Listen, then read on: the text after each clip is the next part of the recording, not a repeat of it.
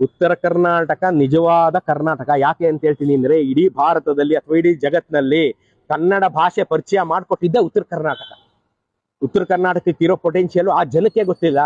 ಅವ್ರಿಗೆ ಗೊತ್ತಿಲ್ಲ ಅವ್ರ ಪೊಟೆನ್ಶಿಯಲ್, ಅವ್ರ ಶಕ್ತಿ, ಅವ್ರ ಸಾಮರ್ಥ್ಯ ಏನಿದೆ ಅಂತ ಅವ್ರಿಗೆ ಗೊತ್ತಿಲ್ಲ.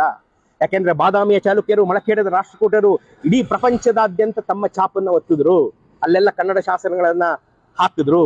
ಮೂರನೇ ಗೋವಿಂದ ರಾಷ್ಟ್ರಕೂಟರ ದೊರೆ ಮೂರನೇ ಗೋವಿಂದನ ಆನೆಗಳು ಗಂಗೆಯಲ್ಲಿ ಸ್ನಾನ ಮಾಡಿದ್ವು, ಗಂಗೆಯ ನೀರನ್ನ ಕುಡಿದ್ವು ಅಂತ ಇತಿಹಾಸ ಬರೀತದೆ. ಅಲ್ಲಿವರೆಗೂ ಹೋಗಿದ್ದ. ಭಾರತಾದ್ಯಂತ ಹರಡಿತ್ತು. ರಾಷ್ಟ್ರಕೂಟರ ಕಾಲದಲ್ಲಿ ಕನ್ನಡಿಗರು ಅಂದ್ರೆ ಏನು ಅಂತ ಇಡೀ ಭಾರತಕ್ಕೆ ಗೊತ್ತಿತ್ತು. ಉತ್ತರ ಕರ್ನಾಟಕದಲ್ಲಿರೋ ಪೊಟೆನ್ಶಿಯಲ್ ಎಲ್ಲೂ ಇಲ್ಲ. ನಿಜವಾದ ಕರ್ನಾಟಕ ಉತ್ತರ ಕರ್ನಾಟಕ. ಅವ್ರದ್ದೇ ಅಷ್ಟು ಸ್ಟ್ರಾಂಗ್ ಪೊಟೆನ್ಶಿಯಲ್ ಇರೋದು.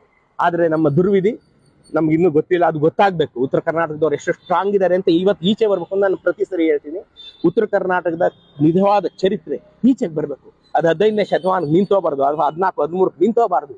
ಅದು ಕ್ರಿಸ್ತ ಪೂರ್ವದವರೆಗೂ ಹೋಗ್ಬೇಕು. ಯಾಕೆಂದ್ರೆ ಸಾಮ್ರಾಟ ಅಶೋಕ ಉತ್ತರ ಕರ್ನಾಟಕಕ್ಕೆ ಬಂದು ತನ್ನ ಕೊನೆಯ ದಿನಗಳನ್ನ ಕಳೀತಾನೆ ಸನ್ನತಿಯಲ್ಲಿ. ಅನ್ಬೇಕಾದ್ರೆ ಉತ್ತರ ಕರ್ನಾಟಕ ಎಷ್ಟು ಸ್ಟ್ರಾಂಗ್ ಇರಬೇಕು. ಚಂದ್ರಗುಪ್ತನ ಮೌರ್ಯನಿಗೆ ತನ್ನ ಶಸ್ತ್ರಾಸ್ತ್ರಗಳಿಗೆ ಸಂಡೂರಿನ ಬೆಟ್ಟಗಳಿಂದ ನಾವು ಅದಿರನ್ನ ಕೊಟ್ಟಿದ್ದೀವಿ.